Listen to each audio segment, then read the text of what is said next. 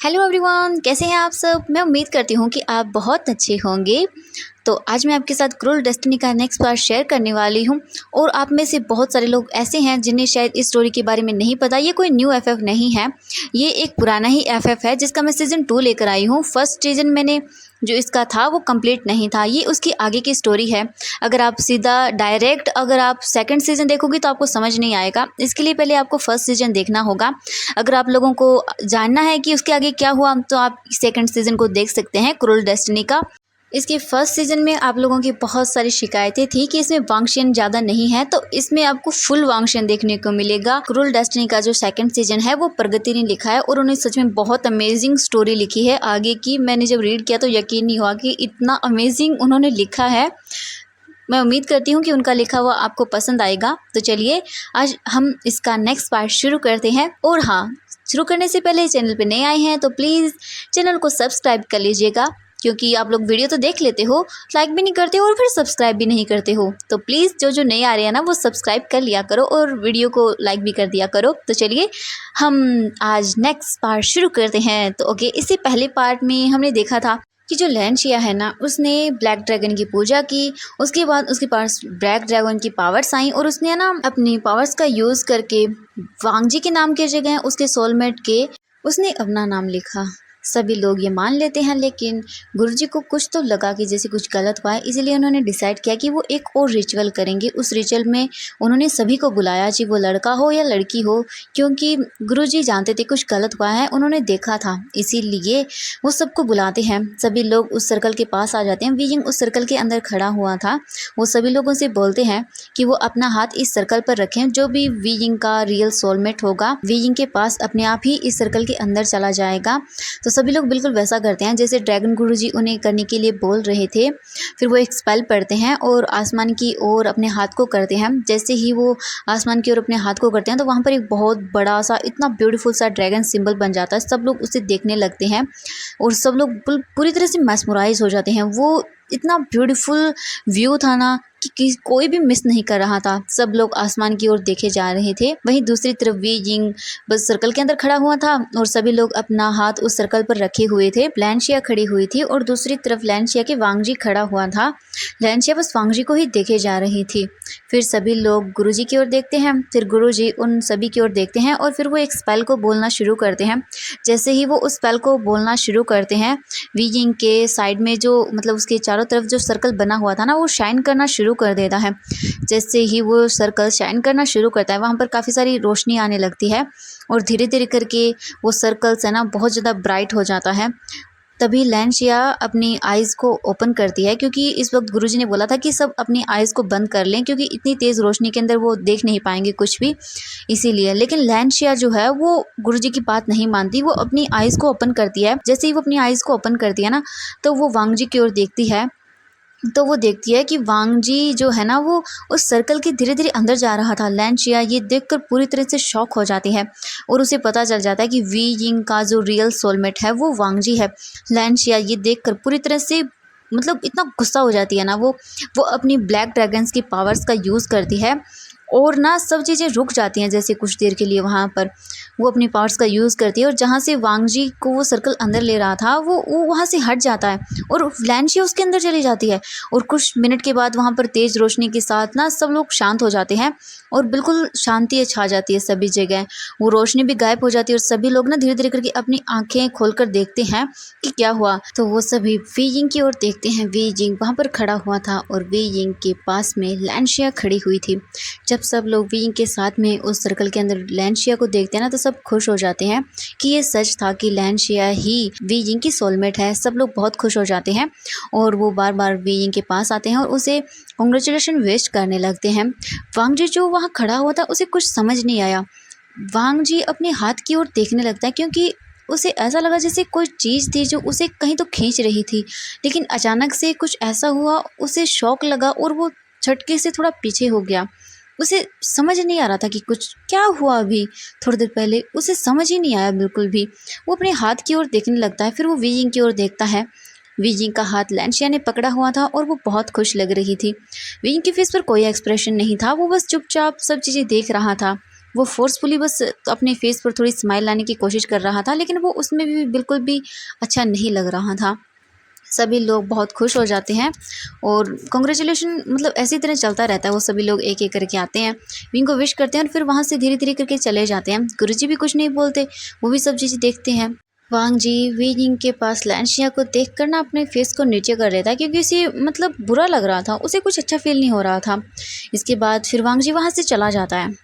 अब हम next day का सीन देखते हैं। वी जिंग ना अपना सर वांग जी के लैब में रखे हुए था और ना वो ट्री के नीचे बैठा हुआ था और बार बार ना वांग जी से बोल रहा था कि वांग जी मुझे अच्छा फील करना चाहिए ना, कि मेरी फ्रेंड मेरी सोलमेट है, मैं उसके साथ रहूँगा, वेडिंग करूँगा। लेकिन वांग जी मुझे मुझे पता नहीं क्यों अच्छा नहीं लग रहा है। वांग जी कुछ नहीं बोलता, वो बस अपने हाथ को वी जिंग के बालों में फिराने लगता है और सुनता रहता है कि वी जिंग क्या बोल रहा है। उसे बहुत हर्ट हो रहा था बीजिंग जो भी उसे बोल रहा था, क्योंकि वांगजू को पता था कि उसे क्यों अच्छा नहीं लग रहा है। और वहीं दूसरी तरफ बीजिंग बस चुपचाप बोले जा रहा था कि उसे अच्छा नहीं लग रहा है, उसे लग रहा है जैसे कुछ गलत हो रहा है। तभी ना बीजिंग के गालों पर उसे कुछ गिला गिला सा फील होता है। बीजिंग जब अपने चिक्स को टच करता है ना, तब वो देखता है और वो शॉक हो जाता है। फिर वो जल्दी से वांग जी की लैब से उठता है, वांग जी की ओर देखता है और बोलता है वांग जी क्या हुआ है, वांग जी बताओ ना क्या हुआ है, तुम रो क्यों रहे हो, वांग जी प्लीज़ मुझे बताओ ना। वांग जी जल्दी से अपने आंखों से गिर रही आंसुओं को साफ करता है, वी यिंग की ओर देखता है और बोलता है नहीं नहीं कुछ नहीं हुआ, मैं ठीक हूँ। लेकिन वी यिंग वांग जी के फेस को अपने दोनों हाथों में लेता है और अपनी ओर करता है और बोलता है वांग जी मुझे बताओ क्या हुआ है। वांग जी रोते हुए ना बोलता है आप आपकी शादी हो जाएगी तो आप मुझसे दूर हो जाओगे काका। वी जिंग जब ये सुनता है तब वो एक स्माइल करता है, वांग जी की ओर देखता है और बोलता है वांग जी मैं शादी कर रहा हूँ, इसका मतलब ये नहीं है कि मैं तुमसे दूर हो जाऊँगा। लेकिन वांग जी तो कुछ सुनने को तैयार ही नहीं था, वो बस सिसकियाँ लेकर ज़ोर ज़ोर से रोए जा रहा था। वी यिंग जल्दी से वांग जी को गले लगा लेता है टाइटली और बोलता है वांग जी ऐसा नहीं होगा, मैं तुमसे कभी दूर नहीं होऊंगा। लेकिन वांग जी तो बस रोए जा रहा था।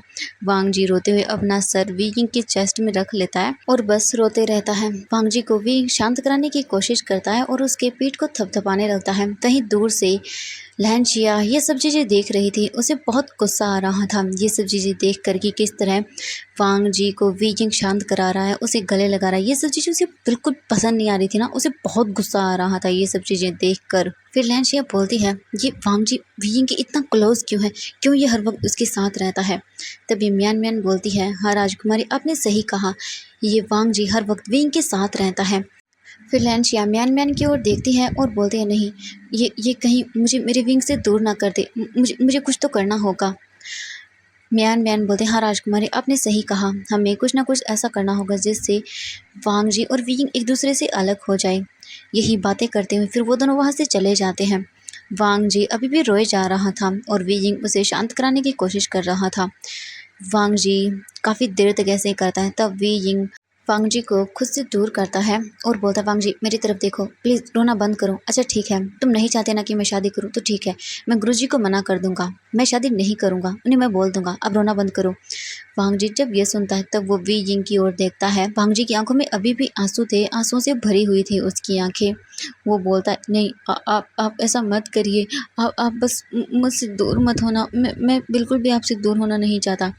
वी जिंग वांग जी की ओर देखता है और बोलता है वांग जी मैंने कहा ना मैं तुमसे कभी दूर नहीं होऊंगा, ठीक है, तुम ऐसा क्यों सोचती हो मैं तुमसे दूर हो जाऊंगा, ऐसा कभी नहीं होगा वांग जी। ये बोलकर फिर वी जिंग जल्दी से वांग जी के आई से जो आंसू गिर रहे थे ना उन्हें अपने दोनों हाथों से साफ करता है और बोलता है देखो तुमने खुद को कितना मैसी बना लिया है, चलो अपने आंसुओं को पूछो अच्छे से। वांग जी फिर अपने आंसुओं को और साफ करता है जो भी थोड़ी बहुत उसके फेस पर लगे हुए थे। फिर वी जिंग एक स्माइल करता है और वो जल्दी से वांग जी की नोज पर एक किस करता है। फिर वो उसके दोनों गालों पर किस करता है और उसके बाद वो उसके फोरहेड पर किस करता है। वी जिंग खुद नहीं जानता कि वो क्यों वांग जी के साथ ये सब चीज़ें करता है, उसे पता नहीं क्यों अच्छा लगता है। इसी तरह से अब धीरे धीरे करके टाइम बीत रहा था। लैनशिया और वी यिंग की शादी को लेकर अब सभी लोग बातें करने लगे थे। धीरे धीरे करके तैयारियां भी शुरू हो रही थी। जितना वी यिंग अपनी और लैनशिया की शादी के बारे में चीज़ें सुनता था वो उतना ही ज़्यादा इन चीज़ों से दूर भागता था, वो उतना ही वांग जी के क्लोज रहता था। अब तो वी जिंग एक सेकंड के लिए भी वांग जी को खुद से दूर नहीं जाने दे रहा था। वो हर वक्त वांग जी के साथ रहता था, उसे हर वक्त अपने पास रखता।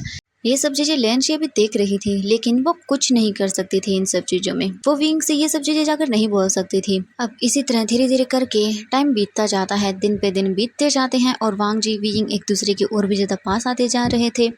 अब उस बात को हुए लगभग 15 दिन हो चुके थे। इन 15 दिनों के अंदर वांग जी और वीजिंग एक दूसरे के बहुत पास आ चुके थे। वीजिंग अपने रूम में बैठा हुआ था, तभी वीजिंग का बड़ा भाई उसके रूम में आता है और बोलता है, वीजिंग तुम्हें सेक्ट के काम से दूसरे सेक्ट जाना है। वीजिंग फिर बोलता है, ठीक है गगा, मैं चला जाऊँगा। वीजिंग के ब्रदर वहाँ से चले जाते हैं।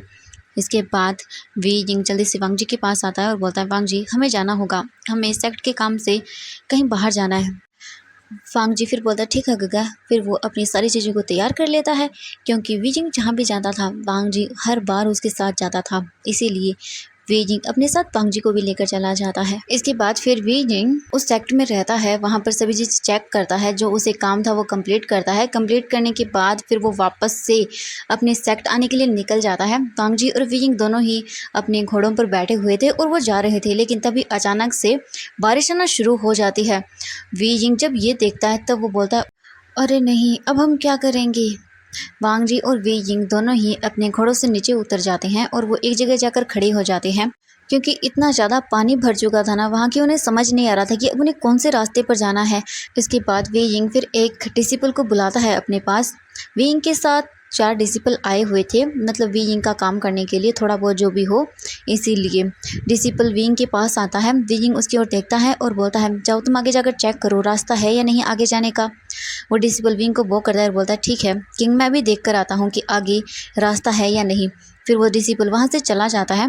वांग जी विंग की ओर देखता है और बोलता है, गगा अब हम क्या करेंगे, सब जगह तो पानी भर चुका है, अब हम घर कैसे जाएंगे।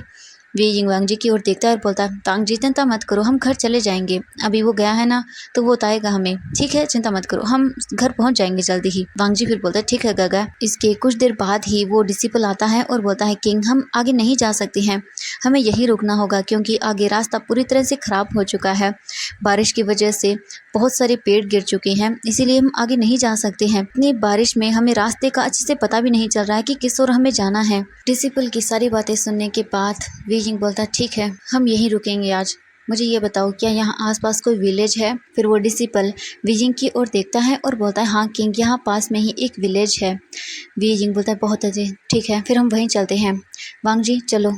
वी यिंग फिर वांग जी का हाथ पकड़ता है और वो बारिश के अंदर ही उस विलेज की ओर चले जाते हैं। कुछ मिनटों के बाद ही वी यिंग उस विलेज में पहुंच जाता है।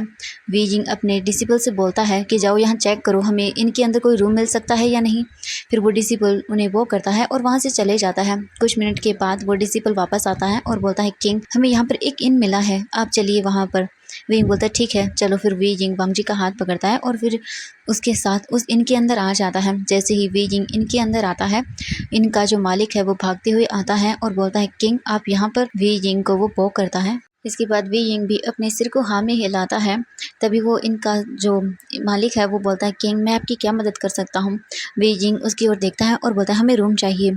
तभी वो इनका मालिक बोलता है, हाँ क्यों नहीं किंग, लेकिन आपको सिर्फ 2 ही रूम मिल सकते हैं। वी यिंग बोलता है, ठीक है कोई बात नहीं, हमें वो दोनों रूम दे दो। वो इनका मालिक बोलता है, ठीक है। फिर वो एक सर्वेंट को बुलाता है और बोलता है, इन्हें इनका रूम दिखा दो। फिर वो सर्वेंट वी यिंग को वो करता है और फिर वो आगे चलने लगता है। वी यिंग और वांग जी दोनों ही उस ओर जाते हैं। वी यिंग फिर उस इनके मालिक की ओर देखता है और बोलता है, कुछ कपड़े और खाना रूम के अंदर ही पहुंचा देना। वो इनका मालिक बोलता है, ठीक है किंग। इसके बाद वी यिंग और वांग जी उस सर्वेंट के साथ वहाँ से आगे चले जाते हैं। वो सर्वेंट जल्दी से आता है, दोनों रूम्स को ओपन करता है और फिर वहाँ से बो करके चला जाता है। वी यिंग फिर अपने उन चारों डिसिपल्स की ओर देखता है और बोलता है, आप ये रूम ले लीजिए, आप सबको एडजस्ट करना पड़ेगा। तभी वो डिसिपल्स बोलते हैं, कोई बात नहीं किंग, हम एडजस्ट कर लेंगे। फिर वो चारों डिसिपल वी यिंग को वो करते हैं और उस रूम के अंदर चले जाते हैं।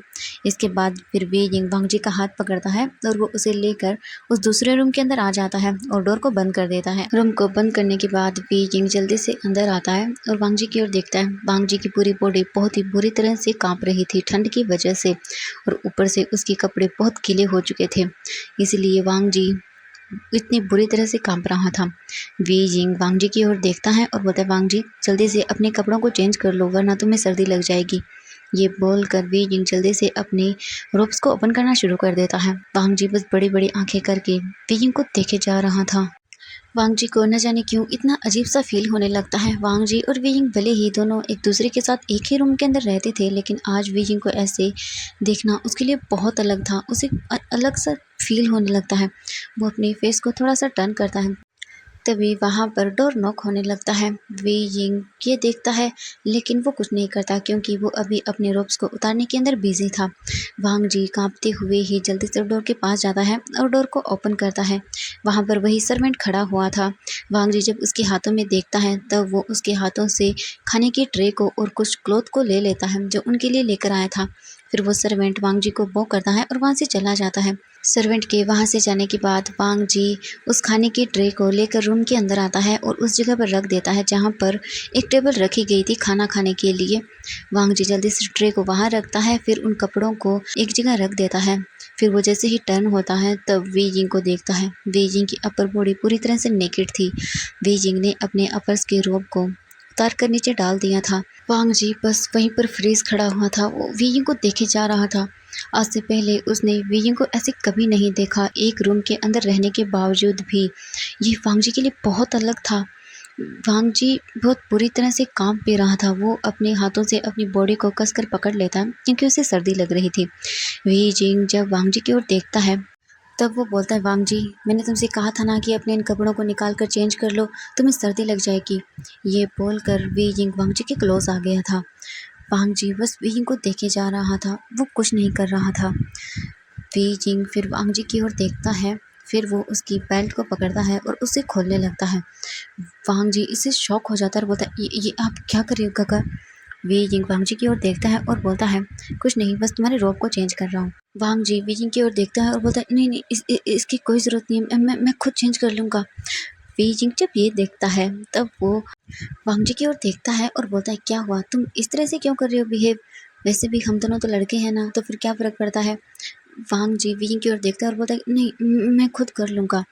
वी यिंग जब वांग जी के फेस की ओर देखता है तब वो समझ जाता है कि वांग जी शाय फील कर रहा है। ये देखकर वी यिंग एक स्माइल करता है। वो वांग जी के पास जाता है और बोलता है, वांग जी क्या हुआ, तुम इतना शाय क्यों फील कर रहे हो? वैसे भी तुम मुझसे शाय फील करोगे।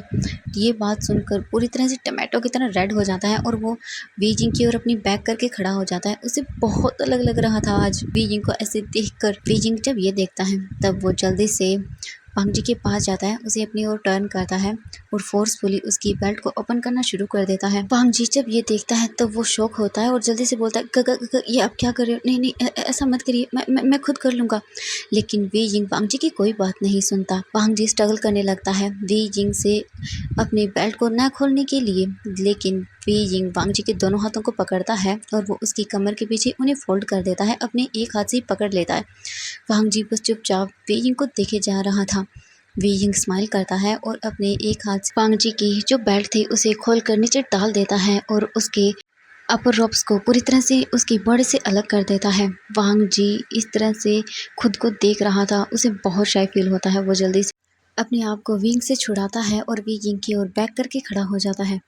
वी यिंग जब ये देखता है तब वो स्माइल करता है और वांग जी के जो रोब्स उसके हाथ में थे उन्हें नीचे फ्लोर पर डाल देता है। फिर वो वांग जी की ओर देखता है। वांग जी की बैक पूरी तरह से नेकेड। तभी वी यिंग की नज़रें वांग जी की बैक पर बने हुए उस ड्रैगन सिंबल की ओर जाती है। ये देखने के बाद वी यिंग पूरी तरह से शॉक हो जाता है। वांग जी की बैक पे बना हुआ वो टैटू यानी कि वो सिंबल बहुत ही ज़्यादा ब्यूटीफुल था और ब्लू कलर का था। ऐसा ही टैटू बिल्कुल वी यिंग के नेक पर है और वो रेड कलर का है। वी यिंग जब ये देखता है तब वो धीरे धीरे वांग जी के क्लोज आता है, उसके बालों को उसकी बैक से साइड करता है और आगे की ओर कर देता है। फिर वी यिंग जल्दी से अपने एक हाथ से वांग जी की बैक पर बने हुए उस सिंबल को टच करता है। जैसे ही वांग जी वी यिंग के हाथों को अपनी बैक पर फील करता है वो पूरी तरह से फ्रीज हो जाता है। वांग जी जल्दी से वी यिंग से दूर हो जाता है और बोलता है, ये आप क्या कर रहे हो? लेकिन वी यिंग दोबारा से वांग जी को अपनी ओर टर्न करता है, यानी कि उसकी बैक को अपनी ओर टर्न करता है और अपने हाथ से उस सिंबल को टच करता है। जैसे ही वी यिंग उस सिंबल को टच करता है वो सिंबल ग्लो करना शुरू हो जाता है और वही सिंबल जो वी यिंग के नेक पर था वो भी एकदम से ग्लो करना शुरू कर देता है। वी यिंग ये देखकर पूरी तरह से ही सरप्राइज रह जाता है। वी यिंग कुछ देर के लिए अपनी आंखों को बंद कर लेता है, फिर वो अपनी आईज को ओपन करता है। जल्दी से वांग जी को उसकी बैक से हक करता है और बोलता है, वांग जी तुम मेरी सोलमेट हो। वांग जी जब ये सुनता है तब वो पूरी तरह से शॉक होता है। वी यिंग बोलता है, ये कैसे हो सकता है वांग जी, क्या तुम मेरी सोलमेट हो। वांग जी बोलता है, नहीं ये नहीं हो सकता, आपकी सोलमेट तो शिया है, वो ही है आपकी सोलमेट। वी यिंग बोलता है, नहीं, अगर ऐसा है तो फिर तुम्हारी बैक पर बना हुआ ये टैटू मेरे टच करने से कभी शाइन नहीं करता। वांग जी तुम्हें याद है गुरुजी ने क्या कहा था। वांग जी फिर याद करता है कि गुरुजी ने क्या कहा। ये सोचने के बाद वांग जी भी पूरी तरह से शॉक रह जाता है। वी यिंग वांग जी को और भी टाइटली होल्ड करता है और बोलता है, मैं जानता था कि शिया मेरी सोलमेट कभी नहीं हो सकती, मुझे पता था कुछ ना कुछ गलत ज़रूर हुआ है। वांग जी जब ये सब सुनता है तो वो बोलता है, लेकिन ऐसे कैसे हो सकता है ये। वी यिंग वांग जी के फेस को अपनी ओर टर्न करता है, उसके फेस को अपने दोनों हाथों में लेता है और बोलता है, वांग जी अगर तुम मेरे सोलमेट हो तो इससे बड़ी खुशी की बात मेरे लिए कुछ भी नहीं हो सकती। मैं बहुत खुश हूँ वांग जी कि तुम मेरे सोलमेट हो। मैं बहुत खुश हूँ वांग जी, मैं नहीं जानता लेकिन मैं बहुत खुश हूँ तुम मेरे सोलमेट हो। ये बोलकर वांग जी को वी यिंग टाइटली गले लगा लेता है। वांग जी जब ये सब सुनता है तो उसकी आंखों से आंसू आने लगते हैं। उसे नहीं पता कि क्या हो रहा है, लेकिन वो जो भी हो रहा था उसे पसंद आ रहा था। कुछ देर इसी तरह वांग जी को गले लगाने के बाद वी यिंग वांग जी को खुद से दूर करता है। फिर वो उसके फोरहेड पर किस करता है। उसके बाद वो धीरे धीरे करके उसके चिक्स पर किस करता है, उसकी नोज पर, उसके बाद उसके चिन पर। वांग जी बस धीरे धीरे वी यिंग के इन सभी टचेस को अपने फेस पर फील कर रहा था। उसने अपनी आंखों को बंद कर लिया था, वो बस वी यिंग के लिप्स को अपने फेस पर फील करने लगता है। वांग जी के पूरे फेस पर किस करने के बाद वी यिंग वांग जी के फेस की ओर देखता है। फिर उसकी नज़रें वांग जी के लिप्स पर जाती हैं, जो कि बहुत अमेजिंग लग रहे थे, बिल्कुल रेड रेड टमाटो की तरह। वी यिंग अपने आप को बिल्कुल भी कंट्रोल नहीं कर पाता। वी यिंग अपने लिप्स को वांग जी के लिप्स पर रखता है और वो उन्हें सॉफ्टली किस करने लगता है। वांग जी जब ये फील करता है तब वो जल्दी से अपनी आंखों को ओपन करता है। वांग जी जब अपनी आंखों को ओपन करता है तब वो वी यिंग को देखता है जो उसके लिप्स पर उसे किस कर रहा था। वांग जी जब ये देखता है तो वो पूरी तरह से शॉक हो जाता है। वांग जी अपने दोनों हाथों से जल्दी से वी यिंग को खुद से दूर करने की कोशिश करता है, लेकिन वी यिंग जब ये देखता है तब वो वांग जी के दोनों हाथों को पकड़ता है और उसे उसकी बैक के पीछे अपने एक हाथ से पकड़ लेता है और उसके लिप्स पर और भी डीपली उसे किस करना शुरू कर देता है। वांग जी स्ट्रगल करने लगता है वी यिंग को खुद से दूर करने के लिए, लेकिन वांग जी के लिप्स को फील करता है तब उसे बहुत अमेजिंग लगता है और वो और भी ज़्यादा डीपली वांग जी को किस करना शुरू कर देता है। वांग जी स्ट्रगल कर रहा था वी यिंग को खुद से दूर करने के लिए, लेकिन वी यिंग वांग जी को बिल्कुल भी नहीं छोड़ रहा था। इसी तरह से किस करते हुए वांग जी को लेकर वी यिंग बेड के पास आ जाता है और उसे बेड पर पुश कर देता है। वांग जी सीधा जाकर बेड पर गिर जाता है। वांग जी जब बेड पर गिरता है तब वो जल्दी से अपने आप को संभालता है और वी यिंग की ओर देखता है। जैसे ही वांग जी वी यिंग की ओर देखता है तब उसे वी यिंग की आंखों में एक अलग सा नशा नजर आता है। वांग जी ये देखकर बहुत बुरी तरह से डर गया था, क्योंकि आज वी यिंग बहुत अलग लग रहा था। इसके बाद वी यिंग जल्दी से वांग जी के ऊपर आता है बेड पर, उसके नेक पर उसे किस करना शुरू कर देता है। वांग जी वी यिंग को खुद से दूर करने की कोशिश कर रहा था, लेकिन वी यिंग के पास उसकी पावर्स आ चुकी थी, क्योंकि अब वो 18 साल का हो चुका था। इसीलिए वांग जी से वी यिंग बहुत ज़्यादा स्ट्रॉन्ग था। वांग जी स्ट्रगल कर रहा था, लेकिन वो कोई भी काम नहीं आ रहा था। वी यिंग उससे बहुत स्ट्रॉन्ग था। तो एवरीवन, आज के लिए बस इतना ही। मिलते हैं नेक्स्ट पार्ट में। ये पार्ट देखकर समझ आ गया हो कि कल का बात कितना ज़्यादा हॉट होने वाला है। तो चलिए बाय बाय एवरीवन, मिलते हैं नेक्स्ट पार्ट में।